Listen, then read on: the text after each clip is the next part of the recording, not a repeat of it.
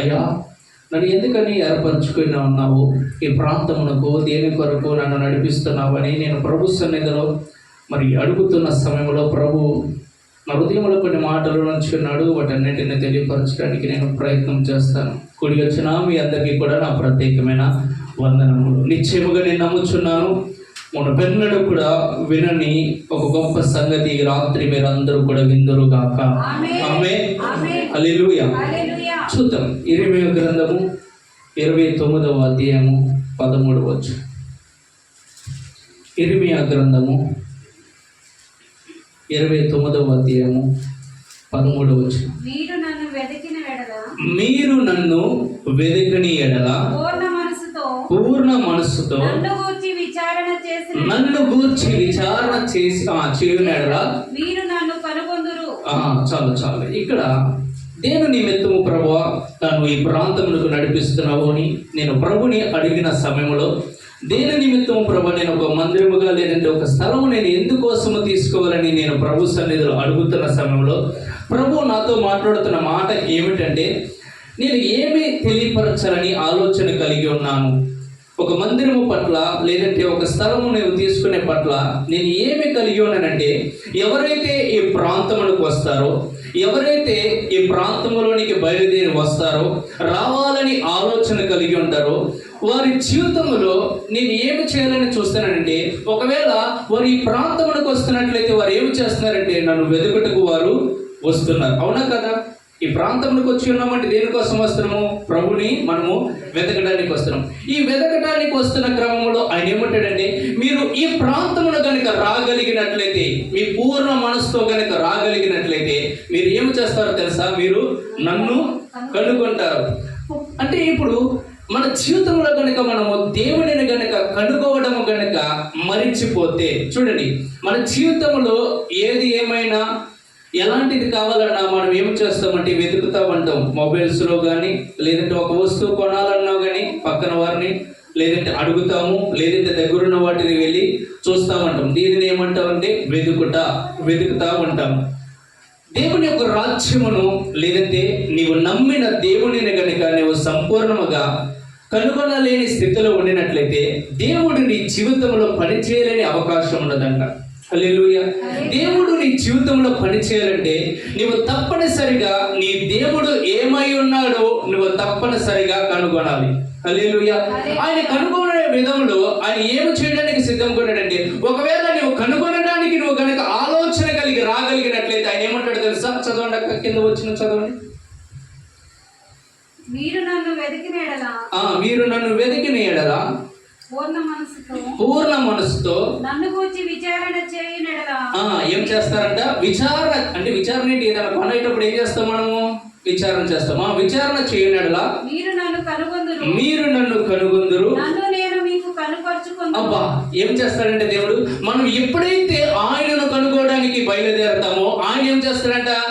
మన దగ్గరకు వచ్చి ఆయన కనపరచడానికి చూస్తాడంట. ఏం చేస్తాడంటే కనపరుచుకుని చదవక, ఇదే యెహోవా వాక్కు ఈ రాత్రి ఈ స్థలములో నిలబడిన మీ అందరితో, లేదండి ఈ శబ్దం ద్వారా వాక్యము వినుచున్న దేవుని పిల్లలైన మీ అందరితో కూడా దేవుడు మీతో మాట్లాడుతున్న మాట ఏమిటంటే, మీరు కనుక నన్ను వెతుకుటానికి రాగలిగినట్లయితే, మీ పూర్ణ మనసుతో కనుక రాగలిగినట్లయితే, విచారణ చేయడానికి నేను ఎవరో తెలుసుకోవడానికి కనుక మీరు రాగలిగినట్లయితే, ఈ స్థలంలో మీరు కనుక ప్రతి సమయమందు కూడా మీరు నిలబడినట్లయితే, నేను ఎవరో తెలుసుకోవడానికి కనుక మీరు నిలబడగలిగినట్లయితే ఆయన ఏమంటాడో తెలుసా?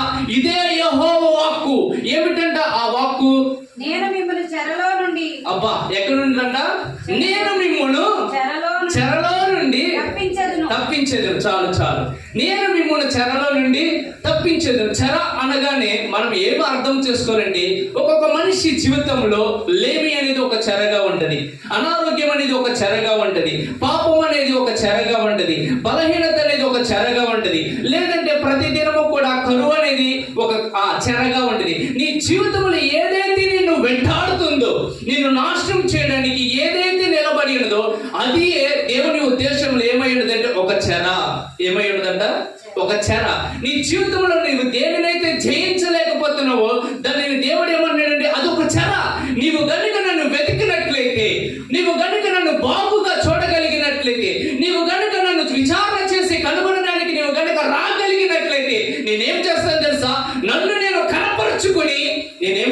సిద్ధముకున్నానంటే నీ చెరంతటిలో నుంచి కూడా నేను విడిపించడానికి సిద్ధముకున్నాను. హల్లెలూయా. ఈ రాత్రి ప్రభు నీతో మాట్లాడుతున్న మాట, నీ చెరంతటిలో నుంచి ఈ రాత్రి ప్రభు నేను విడిపించును గాక. ఆమేన్. ఒకవేళ నువ్వు కనుగొన్నట్లయితే ఇంకేమంటున్నాడు తెలుసా? ఇంకా ముందుకు వెళదాము. కనుగొనట వలన జరిగే కార్యం ఏమిటి? సామెతల గ్రంథము 8వ అధ్యాయము 17వ వచనం ఒకసారి చదవండి. ఈ వచనం కూడా చదివి ముందుకు వెళ్దాం. ఎలా కనుగొనాలి మనము? నన్ను ప్రేమించు వారిని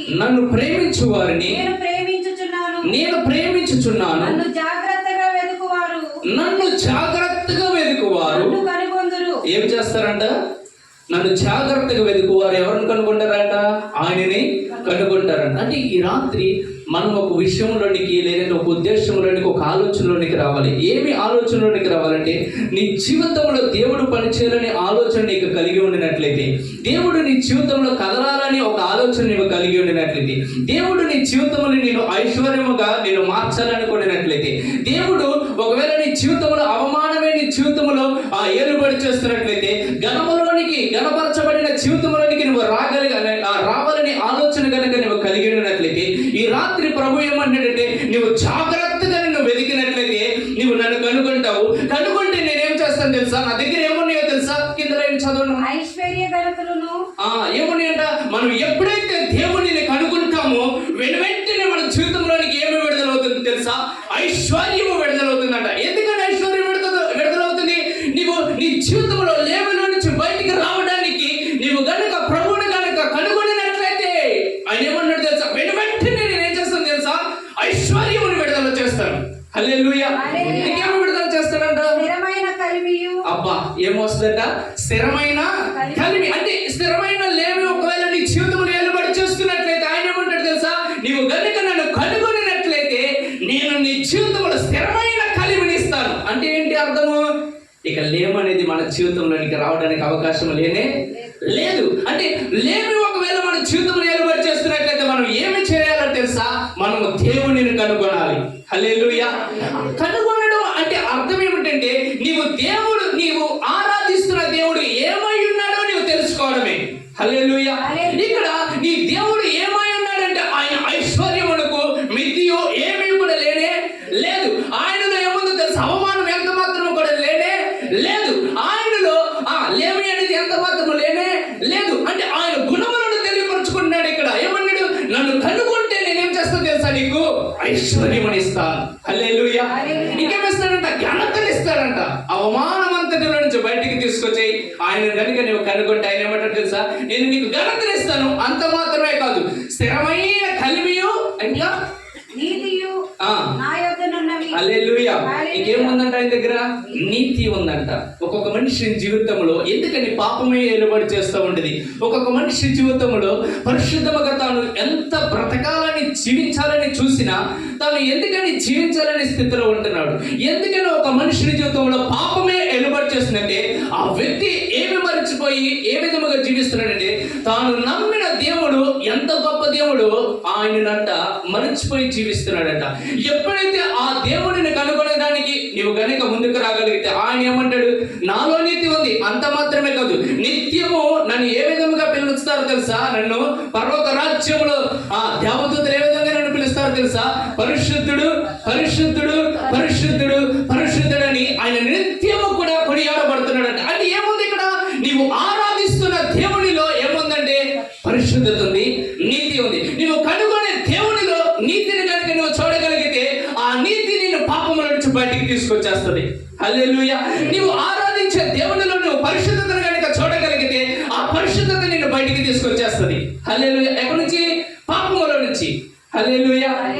హల్లెలూయా. ఈ రాత్రి ప్రభు నీతో మాట్లాడుతున్న మాట ఏమిటో తెలుసా? దేవుని నువ్వు కనుగొన్నావా? నువ్వు నన్ను కనుగొన్నావా? నేనేమై ఉన్నావో నీవు గుర్తుందా? అసలుకి నేనెవరో తెలుసా? ఐశ్వర్యమునకు వారసుడను. ఎవరు? నీవే. హల్లెలూయా. నీవెవరో తెలుసా? ఘనతకు నువ్వు వారసుడు. నీవెవరో తెలుసా? స్థిరమైన కలిమికి నీవు వారసుడు. నీవెవరో తెలుసా? స్థిరమైన నీతికి వారసుడు. హల్లెలూయా. ఇంకేమిటంట? ఇంకొక వచనం చూద్దాం, చూడండి. కనుగొన్నట్టులో జరిగే కార్యము తెలుసుకుందాము. సామెతల గ్రంథము 8వ అధ్యాయము 19వ వచనం ఒకసారి చదువుకుందాం. మేలిమి బంగారు కంటెను ఆ, అపరంజి కంటెను ఆ, నా వలన కలుగు ఫలము మంచిది. ఆ, ప్రశస్తమైన వెండి కంటే ఆ. నా వలన కలుగు వచ్చుబడి దొడ్డది. హల్లెలూయా. ఆ, చదవండి. నీతి మార్గమునందును న్యాయ మార్గముల యందును నేను నడుచుచున్నాను. ఓకే. నన్ను ప్రేమించు వారిని ఆస్తికర్తలుగా చేయదు. అబ్బా, ఏం చేస్తాడంటే దేవుడు, నీవు ఎప్పుడైతే దేవుడిని కనుగొంటావో నీ జీవితంలోనికి ఆయన ఏం తీసుకొస్తాడో తెలుసా?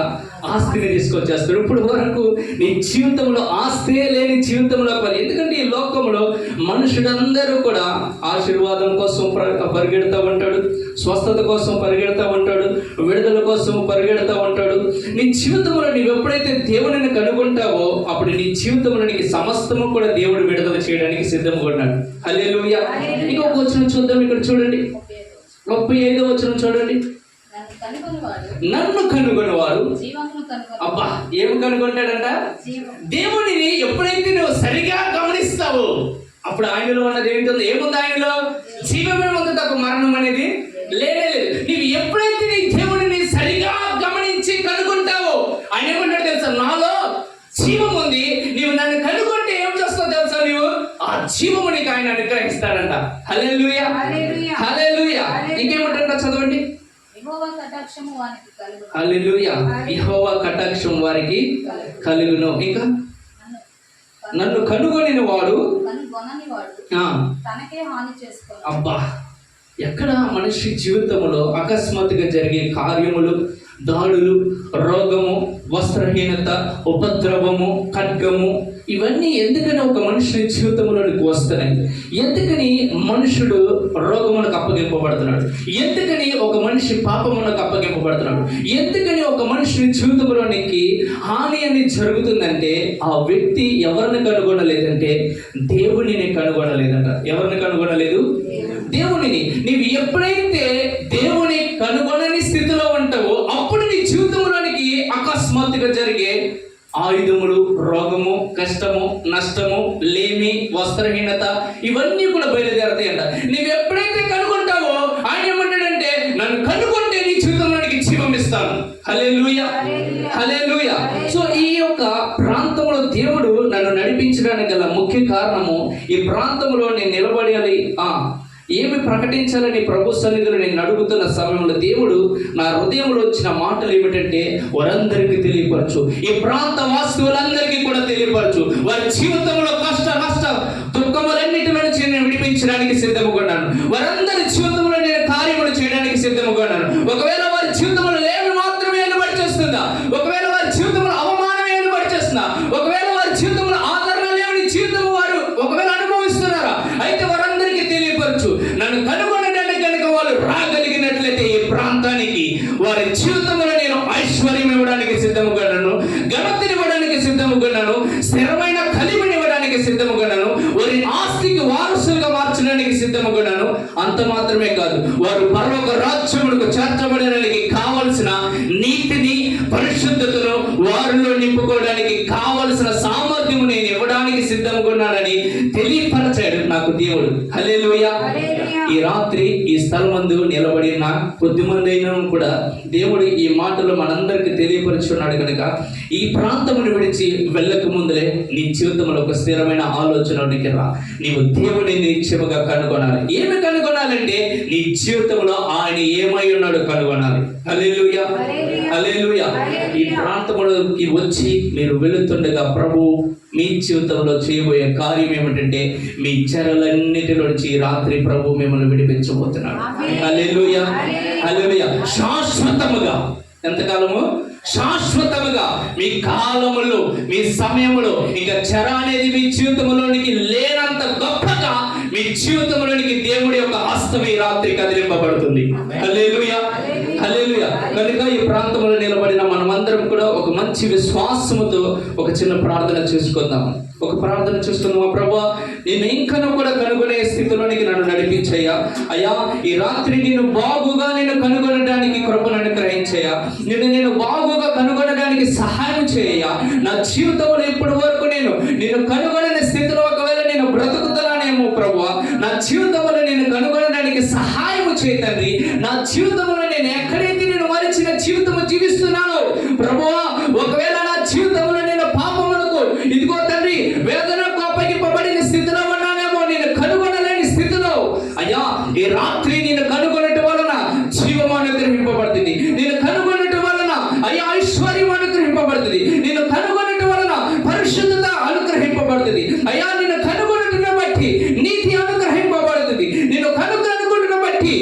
ప్రభా నాలో అవమానం కొట్టివేసబడి ఇదిగో ఘనత రాబోతున్నది అయ్యా. నేను కనుగొనటిని బట్టి నా జీవితంలోనికి అయ్యా స్థిరమైన లేమి నా జీవితంలో ఏలుబడి చేస్తుందేమో తరతరముల నుంచి. ఈ రాత్రి నేను కనుగొనటిని బట్టి నా జీవితంలోనికి స్థిరమైన కలిమిని అయ్యా నీవు అనుగ్రహిస్తున్నావు ప్రభా. అందరూ బట్టి స్తోత్రము ప్రభా. యేసయ్యా నీకే స్తోత్రమయ్యా. అందరూ కూడా మనసారా ఒక చిన్న ప్రార్థన చేద్దామా. అయ్యా నా చెరంతటిలో నుంచి నన్ను విడిపించయ్యా. ఈ రాత్రి లేమి అనే చెర విరిగిపోను గాక, అనారోగ్యం అనే చెర విరిగిపోను గాక, కష్టం అనే చెర విరిగిపోను గాక, నా జీవితంలో నష్టం అనే చెర విరిగిపోను గాక. ఏదైతే నన్ను బాధించుచున్నదో చెరగా అయ్యా ఈ రాత్రి ప్రభా నీవు ఆది యందు ప్రభా ఇదిగో నన్ను సృష్టించిన దినమున ఏ చెరకు నన్ను అప్పగించడానికి నువ్వు సృష్టించలేదు కానీ ప్రభా నేను ఏ చెరలేదు ఈ రాత్రి ఇదిగో తండ్రి బంధింపబడి ఉన్నాను. ఆ చెరలన్నింటి నుంచి నన్ను విడిపించండి అయ్యా. యేసయ్యా నీవు ఈ భూమి మీదకి వచ్చిన దినమున ప్రభా అయ్యా నీవు ఆ దినమున ప్రభా మా కొరకు తండ్రి చనిపోయిన దినమున ఇదిగో తండ్రి నీవు చెరగా కొనిపోయి మనుషులందరికీ నీవు ఈవులను అనుగ్రహించి ఉన్నాని నీవు సెలవిచ్చి ఉన్నావయ్యా. ఈ రాత్రి ఈ ప్రాంతంలో నిలబడి ఉన్న వారందరి జీవితంలోనికి నీ సేవకుడిగా నీ కుమారుడికి నేను ప్రకటించుచున్నానయ్యా. వీరి జీవితంలో ఏ చెర అయితే వీరి జీవితంలో నాశనం చేయడానికి నిలబడి ఉన్నదో ఆ చెరగా తండ్రి ఈ రాత్రి కొట్టివేయబడి నిశ్చయముగా ఈ రాత్రి ప్రభా వీరికి కావలసిన ప్రతి ఒక్క వనరులు సమకూర్చబడిన గాకని ప్రార్థిస్తున్నానయ్యా. ఈ ప్రాంతంలో ఎవరైతే ప్రభా ఈ శబ్దం ద్వారా వాక్యం వినుచున్నారో వారి జీవితంలో కూడా ప్రతి చెర ఈ రాత్రి విరిగిపోను గాక. ప్రతి చెర విరిగిపోయి జనులందరూ కూడా ఈ ప్రాంతమునకు సాక్ష్యములు చెప్పుటకు బయలుదేరుదురు గాకని ప్రార్థిస్తున్నానయ్యా. ఈ ప్రాంతంలో ఎవరైతే ఈ శబ్దం వినుచున్నారో వారి జీవితంలో ప్రభా ఈ రాత్రి మిమ్మల్ని కనుగొనాలని ఒక ఆలోచన కలుగును గాక. ఈ ప్రాంతమునకు వారందరూ కూడా బయలుదేరుదురు గాక. మీలో స్థిరపరచబడడానికి బయలుదేరుదురు గాక. నీలో అయ్యా ఈ ప్రాంతంలోనికి వచ్చి విడుదల కొరకు స్వస్థత కొరకు పరలోక రాజ్యమునకు చేర్చబడడానికి కావలసిన మార్గము కొరకు ఈ ప్రాంతంలో ఉన్న వారందరూ కూడా తండ్రి మిమ్మల్ని కనుగొనడానికి కావలసిన సహాయం ఈ రాత్రి విడుదలవును గాక.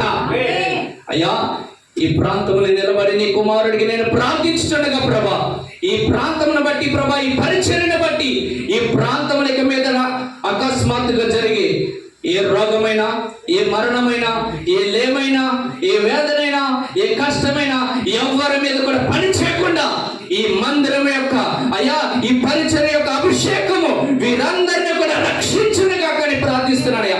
ఈ మందిరం యొక్క అయ్యా కాపుదల ఈ ప్రాంతము చుట్టూరు ఉన్న వారందరికీ రక్షణకరముగా మార్చబడునుగా కానీ ప్రార్థిస్తూ ప్రతి బిడ్డలను మీరే నడిపించమని స్వస్థపరచమని ప్రార్థిస్తూ ప్రభా మీ చేతులకు అప్పగిస్తూ ప్రభా ఈ రాత్రి జరిగించిన విధమును బట్టి కృతజ్ఞత స్తుతులు అర్పిస్తూ ప్రభా అయ్యా ఈ రాత్రి చిన్న మందగా మేము కూడి ఉన్నామేమో చిన్న మంద భయపడుకుని నీవు సెలవిచ్చి ఉన్నావయ్యా. ఈ ప్రాంతంలో మేము చిన్న మందగా కాస్త ప్రభా ఇదిగో తండ్రి ఒక గొప్ప విస్తారమైన పంటగా ఈ ప్రాంతంలో మేము సమకూర్చబడముగా కానీ ప్రార్థిస్తూ నలుదిక్కుల నుంచి ప్రభా దైవజనుడు మాట్లాడిన రీతిగా ప్రభా ఇదిగో తండ్రి నది వలె ఈ ప్రాంతములకు తండ్రి ప్రభా జనములు ప్రవహించుదురుగా కానీ ప్రార్థిస్తున్నానయ్యా. అయ్యా ఈ ప్రాంతంలో జీవము మాత్రమే నిలబడి జనులైన వారందరినీ కూడా స్వస్థపరచనుగా కానీ ప్రార్థిస్తున్నానయ్యా. ఈ ప్రాంతములకు తండ్రి ప్రభా మహారాజు పట్టణము వలె ప్రభా తండ్రి మహారాజు పట్టణమును చూచుటకు